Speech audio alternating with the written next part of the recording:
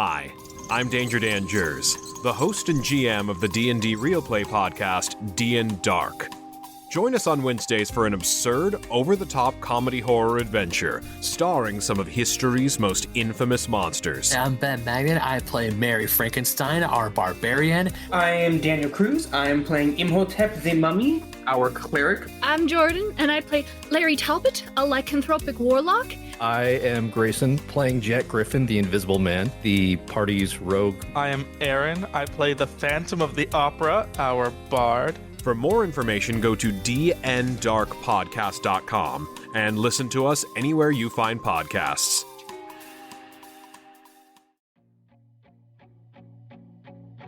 Dai, hello, welcome. I am happy to chat with you today. We're going to talk a little bit about the Monster Overhaul and your work on it. How you doing today? I'm doing great. It's wonderful to be here. Thank you for having me. Our absolute pleasure. So it'll just be me chatting with you today. Rob and Eli are doing Rob and Eli things at the moment, so it's just going to be a one-on-one.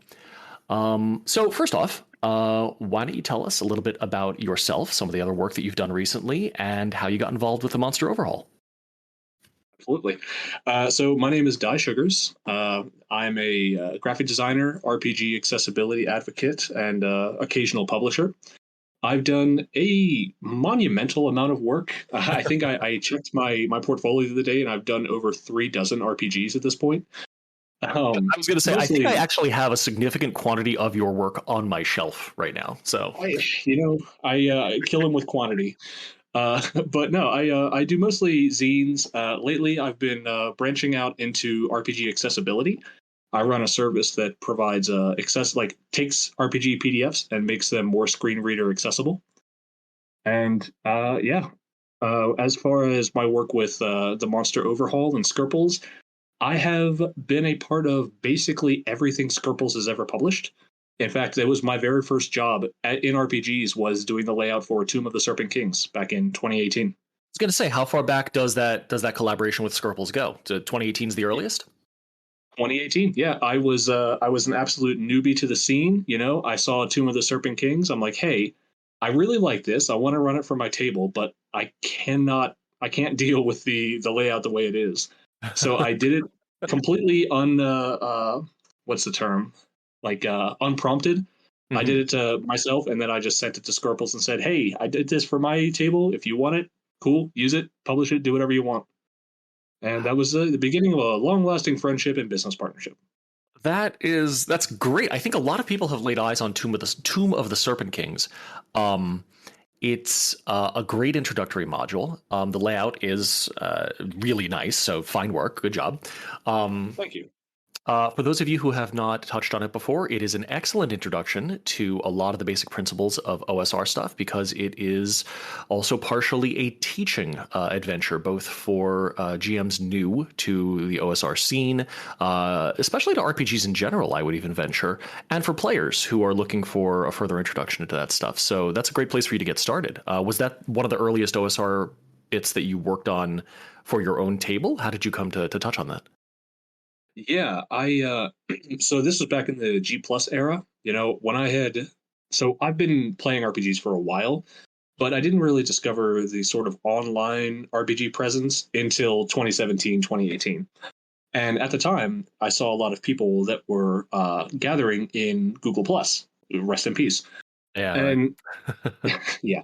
So Tomb of the Serpent Kings was one of the ones that was recommended to me by a friend. I, at the time, was having a blast running, basically being an evangelist for RPGs and trying to get as many new people into the hobby as possible. Mm-hmm. So I was running a lot of new games with all new players, like 4 or 5 players, never touched a set of dice in their life.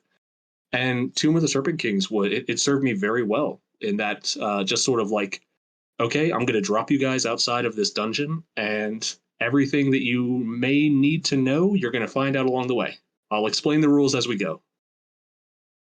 That is that sort of procedural introduction is great for new players, I think. Did you end up finding that the people who you introduced via this particular adventure and this method stuck around either in the hobby in general or in particular to OSR stuff specifically? Well, in the hobby in general, yes. In fact, one of my longest running groups, I've been playing with them for about 3 years at this point, started with that. And I eventually ran them through other Scribbles projects. I did Kidnap the Archpriest as a one shot. I ran them through the magical Mystery Murder Mansion for, I think, 5 or 6 different sessions. And I think it's actually, yeah, it worked as a really great jumping off point for the hobby. I don't really consider myself sort of like an OSR creator or purist. I play all sorts of games. I design all sorts of games. But when it comes to just sort of like teaching someone the absolute basics of the hobby, I think the OSR is a really great place to start. Why do you think that is? Just because you've got so much, it's such a treasure trove of resources. You've got 40, 50 years at this point of material to go off of. And your average player probably hasn't played a tenth of it, Like, Oh, yeah. if I picked up a bunch of 5e players, veterans even, and I dropped them in the village of Howlett, I don't know if any of them would actually know what I'm referencing, or what I'm doing. It's just No, and not to mention be fair, the blogs. I'm sorry. Well, I was just going to say, to be fair, part of that might just be because that feels like I'm just getting old at this point. I was like, oh, yeah, the Village of Howlett. We've never heard of that. Oh, boy. All right.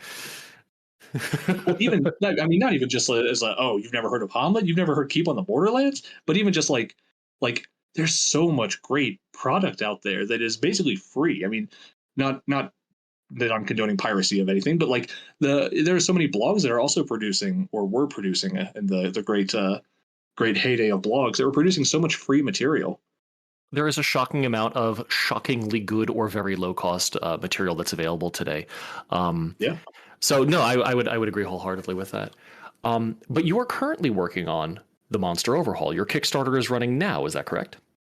It is indeed. Yeah, we've been at it for about a week and a half as of the recording. And how's that going so far? It is doing gangbusters. It has exceeded beyond almost all of our wildest expectations. Scribbles and I are currently coming up with more stretch goals because we're probably going to break 100K in the next 2 days or so. Damn. Okay. Wow. Last I looked at it, it was like at 40. So that's okay. That's exciting. Yeah, and it ends on October 12th, right? It does indeed. Yes. So tell us about the book. So the Monster Overhaul is sort of Scribbles and I's attempt to redefine what a monster manual is. In fact, we're trying to even reference it in the name. Whereas like a manual will tell you how to fix your car. It'll tell you how to fix your radiator. It'll tell you how to fix anything. But an overhaul will improve it. And the Monster Overhaul is meant to improve your encounters. Everything from the lowest level rats in a sewer up to like epic level campaign big bad evil guys. So you're not just looking at a simple procedural catalog of monsters. It's not just another book of monsters. It sounds like this thing has tools in it, not just saying what the monsters are, but options for how to use them. Yeah, exactly. Most of the monsters, in fact, yeah, like a solid 3/4 of the monsters in the book have variants that are condensed into a table or two, because you don't really need a stat block for every different kind of wolf. But there are just little ways that you can change up the monsters. Your players, if you've got experienced players, they may know how to deal with a tunnel Hulk. The classic D&D Umber Hulk, if I'm allowed to use their I'm not going to sue you. I don't think Wizards is going to notice either, so you're safe here. It's okay. Hey, labor in obscurity. But yeah, so we provided. So they see some big, ugly, gorilla-looking guy with pincers crawling around the corner, and they're like, "Okay, we know how to deal with this." And then it drops something completely unexpected. That's what we really want to do. We want to provide a way to change up encounters that doesn't completely destroy what your players are expecting, but will keep them on their toes. It sounds like you're dancing on the edge of conceptual density. You want a chassis that might be familiar to a DM, or is at least easily graspable, but has enough variability that you can keep the players on their toes and surprise them, whether they're veterans or whether they might have even experienced it, if not years ago, then perhaps weeks ago in the same campaign. Does that sound right? Yeah, I think that's a great way of putting it. We've tried very hard to ensure that the book is as system neutral as possible. It's compatible broadly with every major adventure fantasy game system you can think of. And even if you don't use stats in your system for whatever reason, you could still use the inspiration and the descriptions of the monsters to create something that hopefully your players will not expect. That sounds like a real bastard of a problem to try to solve. A system neutral catalog of monsters with lots of variations. Can you talk at all? I know this sort of ventures into a question that might be more directly for Scarples, but can you speak at all to what previous books that may have tried to do this either didn't do or didn't do enough of that you're trying to accomplish with this tool set? Well, see, I would hate to disparage anyone else's work. And I will admit that when it comes to monster manuals and things of that nature, I generally do stick to what is produced by WotC. To be fair, things can be sublime and also imperfect, so we won't throw stones here. But still, I'm curious. Yeah, so I think one thing that we were trying to avoid when it comes to describing the work as system neutral was something like Fire on the Velvet Horizon. Which is system neutral as you can get because it includes almost no stats. But all the all the monsters there are very in the realm of the conceptual and sort of not. It's hard to build an encounter around them that doesn't make them the star of the entire session or the entire campaign. It sounds like what you're describing to me is the difference between inspirational versus utility. Oh yes, and okay. With this book, we wanted to definitely do utility first. Like when we say broadly compatible, we mean it will work with most systems that use what would be what I like to describe as like the D&D pigeon. You know, a goblin has one hit die, a dagger does 1d4 damage, and if you're in a system that does that, yeah, drag and drop, it'll work just fine. If you're in a system that doesn't do that but does something similar, well, you can just make the adjustments up or down as necessary. Okay, so it's not quite like you're going to have to convert on the fly for something that uses a base D100 thing. That's going to be more of a conceptual inspiration, but it sounds like system neutral here is applied as a basic understanding of D&D-like systems that requires you to extrapolate further from there. Yes, precisely. Fair enough. So I was going to ask you why you chose to get involved with this project in particular. It sounds like you've got an ongoing working relationship with Scarples, but was there something about this project that you thought, hey, this could really use your particular touch in terms of layout and visual design? Or was it like, hey, let's make another cool thing together? It really was just a, hey, let's make another cool thing together. Scarples had already been working on this when we released Magical Industrial Revolution 2 years ago. And yeah, it's just, they were telling me about this idea they had for a bestiary to end all bestiaries, and I'm like, hey, that sounds incredible. Keep me posted. And we just went back and forth, sharing spreads and pages as they were written. I have seen Scarples posting previews of various chapters for years now. This is a very long-term project. I know that some zines get sort of, regardless of high quality level, still come together in a matter of months. So this is quite the endeavor. Yeah, I mean, it is 340 pages. And if you've seen any of the previews we post on the Kickstarter, there is not an inch of wasted space. We tried to keep the margins pretty big because we've always been a big believer in marginalia, writing stats, writing little funny anecdotes or whatever have you. But when it comes to keeping things within the margins, we have just filled every available bit of space with stuff that we hope you can use at the table. Will you indulge me on a very specific question about the paper type you're using? So you've got this extra space in the margins of the gutters for marginalia. What kind of paper are you using? Are we talking like Bible thin paper, glossy, matte? What do you got? Oh, no. So we are using the heaviest paper that is feasible, that is provided by Mixam. It's the, not necessarily the heaviest that they provide, but it is the heaviest feasible for a project like this. It's the 80-pound paper. It's the same paper we used for Magical Industrial Revolution, and it's also the same paper I used in the zine I published, the Demon Collective. And I chose it specifically because it is incredible for writing on. It's like it is uncoated. It has a nice little feedback tactileness to it, and you could it's at like the best notebook paper I've ever written on.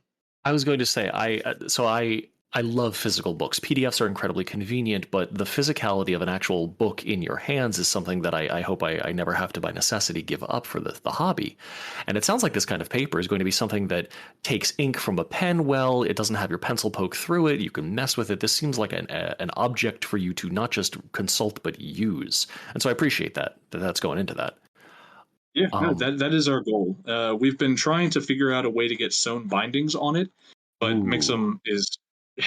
we want this book to stand the test of time. We want it to be something that you can just throw wherever you need, pull it out whenever you need it, and just it'll be there with you for years and years to come. And right now, Mix'em is having some trouble with their sewn binding printer, but we've been back and forth with them, trying desperately to figure out a way to make it to get it on this project. I hope that it gets to that point where you can do that.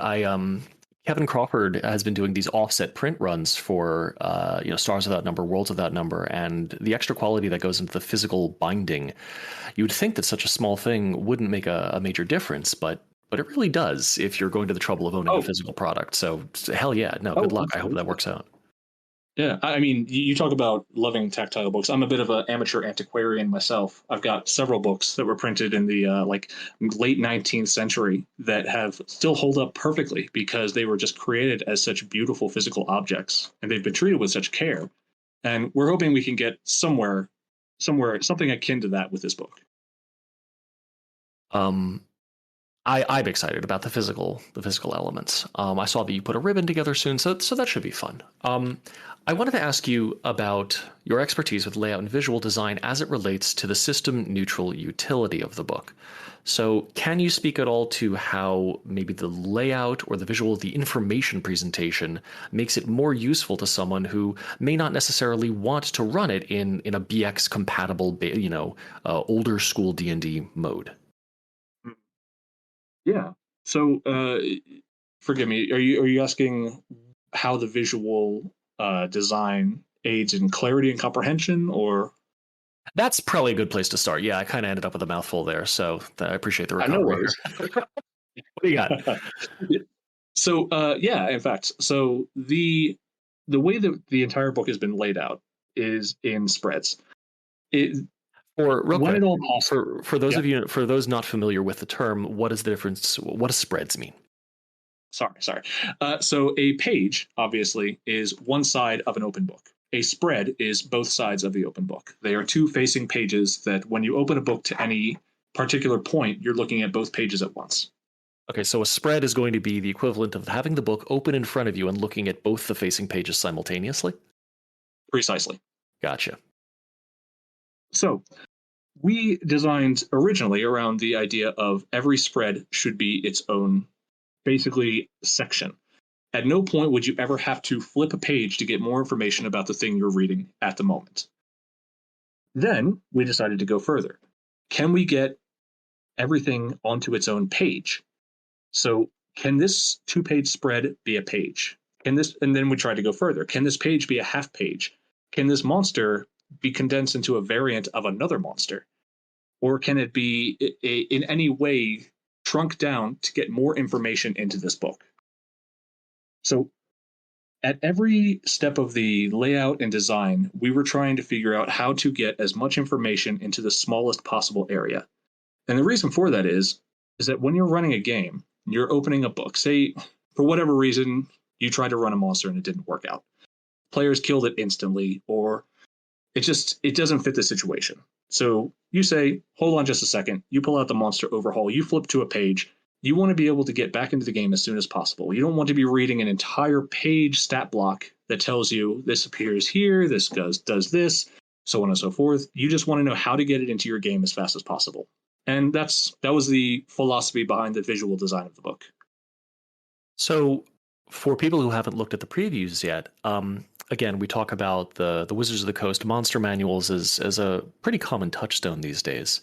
You'll look at those and you'll see that even if they're doing a 2-page spread, they often have a full page height column of text describing what is this thing, what does it look like, what are its societies and culture and all that. How does that amount of information and the density of that information compared to what we might see for a monster that doesn't have, like, a goblin. Everybody knows what a goblin is, or at least the basic idea of a goblin. But Yes. for like a less common monster, a Shedu, for example, a less common monster, how much information can we expect on that 2-page spread dedicated to, hey, what is this thing, rather than just what are its stats? So one thing that Skirples came up with in the Tomb of the Serpent Kings era was this incredible idea that I'm surprised I never saw before, which was the sort of breaking down monsters based on what they want, what their morality is, and what their intelligence is. And I don't just mean in like specific number situations, but like this, say, so Tomb of the Serpent Kings had a basilisk that was chained up. Mm-hmm. And the want of that basilisk was in order to eat, to get free, and to eventually leave the area. And when you have that sort of information, it really does help design around an encounter. You know, if the characters put up a fight decently enough and the creature has a chance to escape, it's going to default to escape. It's the food is not going to take priority in that situation. By listing a hierarchy of desires, you can have a sort of gradient of responses to player interaction, aside from just murder or die and flop over. Exactly. Actually, could you offer a specific example from the Monster Overhaul of an example of this? So of the wants? Yeah, something like that. Yeah, sure. So in the main campaign page, we have shared the page for the mercenaries. And mercenaries, you know, basic soldiers. The only want of a mercenary is to get filthy rich without too much effort. And I find that so wonderfully concise and so evocative that you could have a character, like, it's not just a soldier, it is not a bandit, it is someone who will turn tail and run if things get even slightly difficult. They will only ever take the path of least resistance. I can see how that's a lot more useful than simply saying, yep, it's got, you know, they all have 1 hit die, the leader has 2 hit die, here's their weapons, and morale of 6. Like, you could get there with a standard morale number, but the linguistic specificity there does add more layers of nuance. Yeah, and you can combine that with the morality, which is also held not as which is also in the book, not as a number, but as a very flavorful description that they wouldn't actually eat a baby unless their campaign was going on for too long and they didn't have enough rats to eat. They would sell their grandmother into slavery if there was some coin in it, but you know, they're not absolute heartless monsters. Would not actually eat a baby. That's going on the epitaph. That's pretty solid. That is verbatim. Okay, fair. So would you say that that's a good representation of the general, the level of diction, the sense of humor that the book offers? Oh, yeah. I think the book is extremely funny, and I don't just say that as someone who's part of the product. I think that Skirples has a very keen voice for humor. The closest thing I could compare it to is like reading Terry Pratchett, you know? There is a certain even in the dryness, yes. Very dry, yes. Some books, so it's interesting that you talk about it being funny. Some RPG books you'll go through seem to be designed to be read cover to cover by the DM. Some of them are purely useful tools. Some of them are neither designed to be read cover to cover or purely useful tools, but they're meant to be a reference book. How would you say that the Monster Overhaul falls on that very vague continuum? Is this something that you're going to sit down and pleasurably read cover to cover? I mean, I personally would. Okay, just because I would. I enjoy reading these. But it is I would say it is not designed to be read cover to cover. The entire book actually does function as a random monster generator. There are 20 chapters with 10 monsters per chapter. So a D20 and a D10 will give you a random monster. But no, it is designed to be quickly flipped open to help you find whatever you need to find and then to close it and get on with the game. I have found that sometimes when information, whether it's a room or a treasure or a monster, is presented, a lot of the important stuff gets buried in the middle of a massive paragraph. But it sounds like what you're describing is something that's meant to be like, no, here's the immediate stuff. Here's what you need to do. Read this for 30 seconds. Get back to your game. And a tool like that seems very well. Seems like it will be very well received. I'm curious though, because your expertise in visual design and layout and that kind of thing is pretty far off from my own base. So I've been thinking about how to get some of your experience with that out to our listeners and even into myself, because I'm very selfish in that way. What visual touchstones are relevant for your work on a monster manual, on the monster overhaul? What are your references? What are your inspirations in terms of laying this stuff out?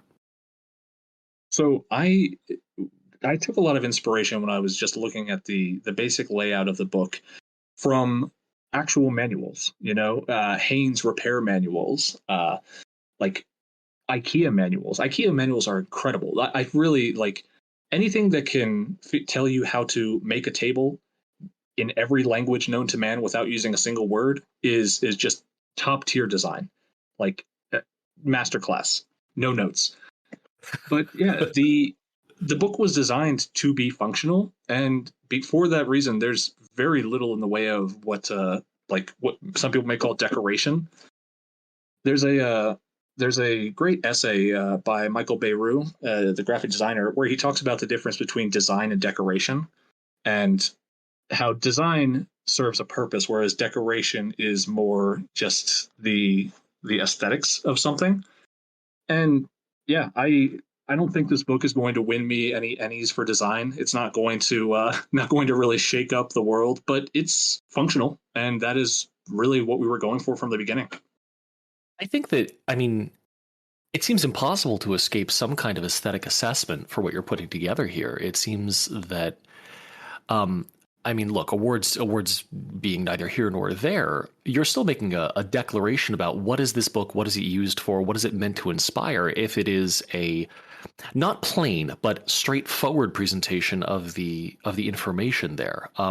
I don't know if this is actually something that you can speak to, but it does still seem to generate an aesthetic of its own if that's the approach. Yeah. In fact, people who are fans of Scripple's work will notice the basic layout as being functionally identical to Magical Industrial Revolution. When we were finished with MIR, which for the same reason we used a very simple one font, basic 2-column layout, we kept the same exact template for use in this book because we saw how it worked. We saw the sort of reception it got. People said it was really nice. They said that it was extremely usable at the table, and that's what we wanted. I remember reading through Magical Industrial Revolution and it actually striking me that for the quantity of information that was being presented about the setting and the mechanics and the art, actually, there's quite a lot of, I assume, older public domain style art there, edited to be appropriate. It never felt crowded, and that jumped out at me. Do you guys work in design? What actual tools do you use to put this stuff together? Both of them were created in Affinity. Magical Industrial Revolution and the Monster Overhaul were both created in Affinity Publisher. I'm sorry, go on. Well, I was going to say, at the risk of getting too inside baseball here, do you find that working in Affinity Publisher is tolerable? I know that these things are often difficult to sort of joust with to get to do what you want. I've had a really interesting journey when it comes to design, graphic design. Tomb of the Serpent Kings was originally designed by me in LaTeX, the Markdown program, probably known by. But yeah, no, I used it because it was something that I knew, and anyone who's worked in academia or probably computer science knows what an absolute nightmare working in LaTeX is for anything other than term papers. But that I actually used that for Tomb of the Serpent Kings, and then I graduated to Scribus, which is an absolute nightmare. I wouldn't recommend to anyone. And then I graduated to Affinity Publisher, and now I do almost everything in InDesign. But I still think Publisher is a very good alternative. It lacks some of the things I love about InDesign, which is mostly the accessibility options. But if you're doing RPGs and you can afford Affinity Publisher, it is by far the best option that isn't Adobe. And you've mentioned accessibility stuff a couple of times here. It seems very important to you. What can you tell me about that in general in terms of your work on it? And has any of that really filtered into the Monster Overhaul? I honestly couldn't tell you exactly what accessibility for RPG stuff would mean in this case. So I'm actually really curious. Yeah. So I'm pretty active on the Knights of the Braille Discord. It is a Discord server for blind and visually impaired gamers. That's a brilliant name, by the way. Just that's worth calling out. But go on, please. It's wonderful. I love them. I love them all. I love their video content on YouTube and everything. But it's something that really struck me when I first started publishing my own stuff, and I got to thinking, like, tabletop RPGs are a medium of game that is almost entirely playable by the completely blind. You know, it's not like a video game, not even like movies, or not like LARPing or anything. Like, if you cannot see, you can still sit down and play an RPG at a table. You know, everything can be spoken. You can have dice that are read out to you. Like, the games, the format and the medium lends itself very well to being played by people who have visual impairments. And so I was trying to figure out how I could make a book that would be as accessible to the visually impaired as possible. And I discovered that you can actually make PDFs that are very screen reader friendly. And there's a lot of people that use screen readers that do play RPGs. So InDesign allows you to sort of export PDFs that are automatically what they are called tagged. That is, like, it tells the screen reader how to read this particular page and in what order. But is it kind of like a metadata element for each individual text element on the page? It is. In fact, I wanted to avoid using the term metadata, but that's exactly what it is. Don't hold back. Please, don't hold back at all. Yeah, tags are metadata. Like, what I do in my accessibility work is I take a PDF and I go through and I tell I set the metadata to tell it how to explain everything. You know, if this is text, it should be read as text. If this is a header, it should be read as a header. If this is an image and it's important, how should it be described? I most recently did this for the Morkborg accessible version and its introductory adventure, Rot Black Sludge. And I'm currently doing it for a very large property that I'm not actually allowed to say, I just realized, but it's something that I'm very, very passionate about. And every time I finish a book that I know can be, like, completely read and understood and enjoyed by someone who may not be able to read it with their eyes, I feel very great about it. Morkborg is very visually distinct. For listeners who aren't familiar with it, well, I guess you've had probably more exposure directly to it than I have. I played a single session of it, but what I'm curious is, for something so visually distinct, can you try to describe it as best you can, and then tell me how you tried to translate the large amount of distinct art there into something that a screen reader could reproduce for the visually impaired? So the thing is that when I'm trying to make a PDF accessible, what my goal is to make sure all of the important information gets expressed. Now, usually that is things like rules and, to a lesser extent, story and background flavor. But things like fancy headers and footers and like with Morkborg, images of chains and hearts and everything, those don't actually need to be read aloud. And in fact, when they are, they really interfere with the cohesion of the document. So what I do is when I'm going through a book like that, I go through and I tag all of the text first.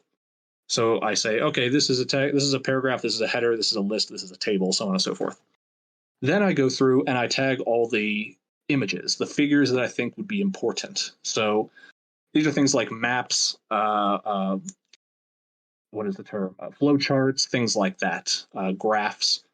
And then finally, I go through and everything else that is not either an important image or important text, I tag as background information. This doesn't affect the visual appearance of the document, but it does say to the machine, don't read this. This is not important.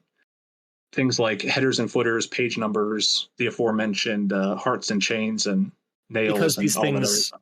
if they are tagged, would literally be read aloud, and that would disrupt the flow really seriously. If you were in the middle of a paragraph transition and suddenly page 37 comes through, it's like, all right, fine, right? Precisely. And in Gotcha. fact, one thing that I find a lot of PDFs have trouble with is bullets. Every time you use a non-standard bullet character, it will try to read it out aloud. So you end up with lists like the monster wants to black square number 43 eat something, black square number 43. And it's all read aloud, and it's extremely irritating. So I have to go in and tag those as don't read this. Fair enough. For a real flagship illustration, though, do you find that you have to summarize the visual impact of that illustration in a sentence? I generally try to take a clinical approach to alternate text. Mhm. So when it comes to alternate text for things like maps, I go room by room. I say room 1 is a rectangle. It leads north via a passage to room 2 and west to room 4 or 5 or whatever. And I just go from there. When it comes to an image that is maybe illustrating something that is described in the text, I go similarly clinical. This is a picture of a gargoyle ripping an adventurer's head off. Other adventurers stand in the background, looking in horror. Something simple, easy to. No, I can see how you could sort of get lost in the sauce trying to get equally artistic to the visual art itself in your description of it. That seems like a stable middle ground, I guess. Yeah, I mean, I try not to get too fancy or too poetic with it because, once again, I'm still trying to convey information. Mm-hmm. So even if it ends up reading a bit like a washing machine manual, I think that's preferable to someone desperately trying to tab away from my 6-page description of RPG art. Or if they're like, oh, that's too gross for me, how do I move on to the next thing? And then the veins wrap around it. So it's like, okay, that's enough. Smoke creeps in from the door. So I guess you've got alt text for some of the remarkable number of illustrations. Do you have an illustration for every monster in the Monster Overhaul? Not every single monster, but a great majority of them. So the only monsters that are not illustrated are the ones that we think are just probably a little too generic to warrant an illustration. At the end of the day, this is still like a book that's like art is expensive, Yeah. and some monsters were either like, do you really need another image? We have a picture of the mercenaries. Do you really need another image of other soldiers milling about? No, and also the lack of art means we can put a cool table there instead. It seems that every element on the densely packed page is always the opportunity cost is what else could go there. I imagine there's not a lot of blank space in the book. No, there is not. The idea behind what monsters to illustrate is just what do we think will look the coolest and what do the artists want to illustrate. Like the artists were given sort of a free rein as to how they wanted to depict the creatures. We just sort of gave them carte blanche to do cool shit. I mean, it's the approach that I would have taken. I've never made a book, but if you're saying, "Hey, we like your art. Do you want to do this?" But don't do it that way. Do it this way. It's like, all right, maybe that's not the right approach. Yeah. So I respect that. I am interested in, I guess, more of a background in your approach here. I could ask you, what's your favorite RPG? But what I really want to know is what RPGs, what role-playing games are important to you personally, even if you aren't currently playing them. That's a very interesting question. I am extremely fond of the RPG Liberté, so much so that like I actually went and published it from its original French with the help of Vivian Fesson. So I've never heard of it, but I very much want to know what it is and why it's important to you.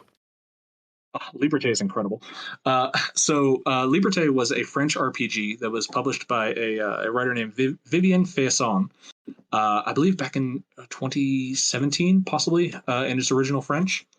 It was crowdfunded, and it is a powered by the apocalypse game where you play as children that have been sort of whisked away into a fantasy world that is like a gigantic, sprawling city. There are no adults. There are horrible monsters around every corner, and the rain never stops falling.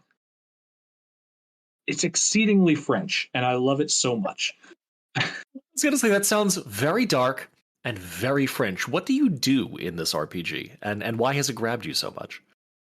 So the main crux of the book is trying to build what's like a fortress, a place that the children can come together as a bastion against the horrors of the outside world.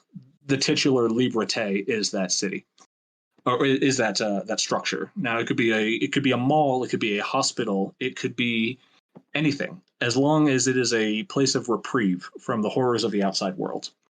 And the way the game goes, sort of the way the story progresses is what happens inside and outside of that fortress. Inside, you've got different factions vying for control. You know, this is Lord of the Flies. There's bullies and factions and so on and so forth. And then outside, you've got scavenging for resources. You've got trying to figure out how to get back home. You know, some of the kids are as little as 6. You know, are you going to take care of them? Are you going to set out squads looking for more people?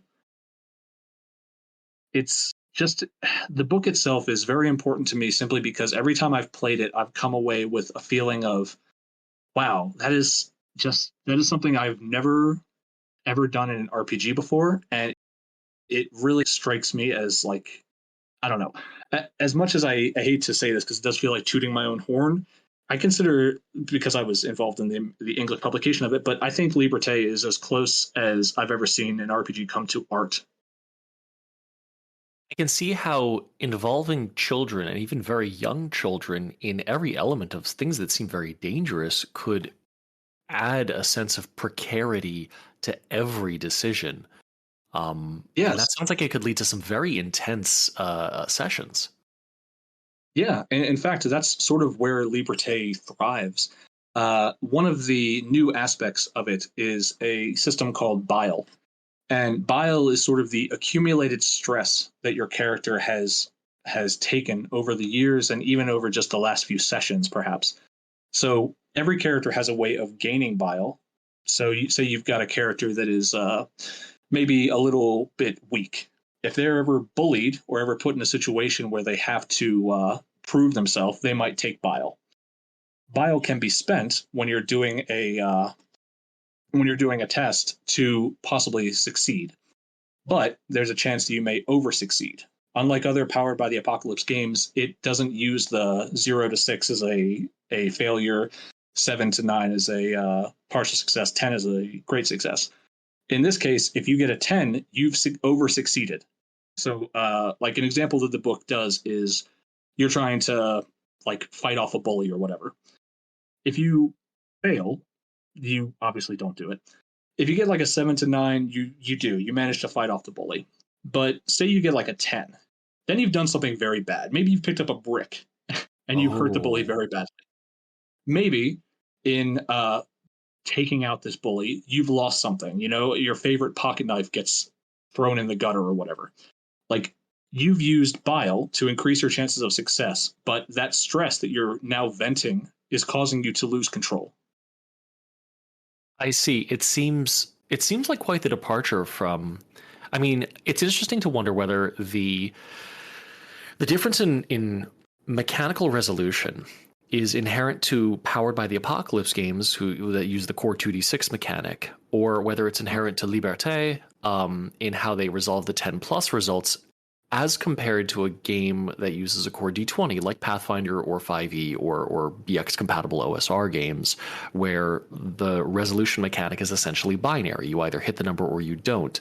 And so that's fascinating to me, that especially given, you know, that you're all playing children, you may not know what going too far means in the moment. I can see why that would be impactful. So, I think it's sublime. Honestly, it is such a great way of expressing a child's lack of control over both their own reactions to things and the situation around them. Eventually, if your character takes on too much bile, like you have to spend bile, because if you take on too much, you'll explode. And an explosion is an instant how failure. how literally are we talking here? Not literally. Okay, the mechanic is called exploding.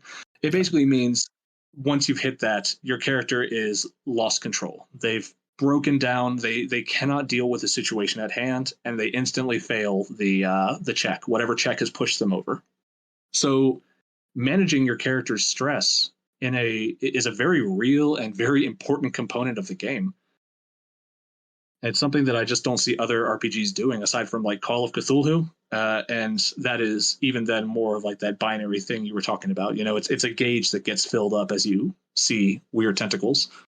I've been reading. So despite decades at this point of doing fantasy RPG stuff, I had never touched on horror RPG really. I played in a scene or two of Dread here and there, but I never really delved into mythos stuff. I mentioned it on the podcast once or twice in the once or twice times I've been on it so far. But it's fresh in my mind. I'm reading through Delta Green, I'm reading through Call of Cthulhu, and the difference between that binary system of reaction versus a continuum or a multivariable state of reactions to stuff does seem to be worth the additional complexity you have to endure for the extra depth that you get out of it if you're playing a game where you're looking for depth of resolution. Yes. Which is not always the case. No, yeah. I love Call of Cthulhu. I think it's a fantastic system. It's something that I've played many times and thoroughly enjoyed.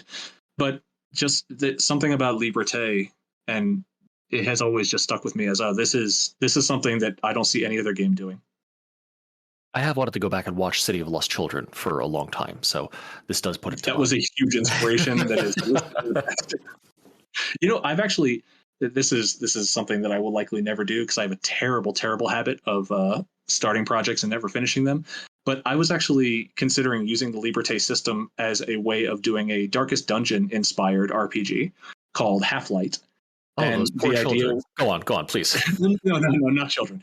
But no, just the idea of like, oh yeah, you're here, you're soldiers and fighters and everything, and the fighting is sort of abstracted. You're not gonna be worrying about swinging swords. What you're really fighting is your own inability to deal with the horrors of what you're doing and dealing with. Making sure the label on that game very clearly says what's in the tin seems key, but that does also seem like a hell of an experience to figure out. Yeah.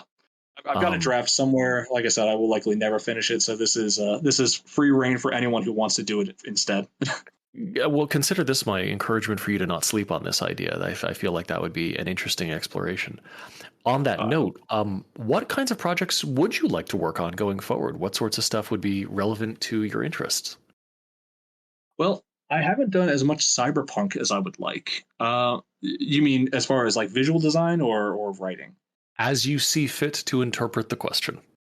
Okay. So I consider myself first and foremost a graphic designer. It's something that I'm much more interested in than writing. I enjoy brainstorming, but I hate the concept of just like sitting down and typing. It bothers me. So I don't end up writing as much as I should. But yeah, as far as visual design, I'd love to do more cyberpunk or sci-fi projects. I've been recently getting really into doing like mid-century pulp. I'm currently working on the layout for Moonlight on Roseville Beach. I don't know if you've heard of that by I have not. Tell me about that. Oh, this is incredible. Moonlight on Roseville Beach is an RPG that is inspired by sort of the Cthulhu mythos, but also by like 60s and 70s gay pulp. So what I've been doing with it, you basically play as people on Roseville Beach, this island sort of paradise that are dealing with some really weird things that are happening around. But in designing the book, I'm queer, and the writer Richard Rain is a gay man. we decided with the visual design, we're just going to go all in and just make this thing a love letter to everything pulp.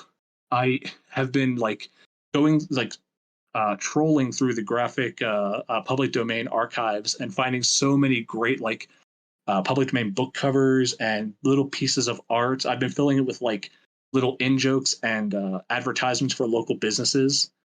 The book is incredible, and I'm really, really enjoying it. That sounds like an intense labor of love. It's like I can hear the excitement in your voice about the project, so that's really exciting. I love it. Honestly, it's everything that I've ever sort of wanted to do in a book, and Richard's being so incredibly patient with me, where I'm like, okay, hey, I want to redesign this spread to look like a phone book advertisement for a massage parlor. He's like, okay, cool, do it. And it's like, and so that sort of thing is something I've been really getting into, is like reusing and altering and editing public domain artwork. So some more like mid-century or even like we'll say like maybe 30s and 40s inspired projects would be cool. Like I found recently a whole bunch of propaganda posters that are in the public domain that are just like buy war bonds to support your troops. And I think like that would be this would be really cool to repurpose for like for a war game or something.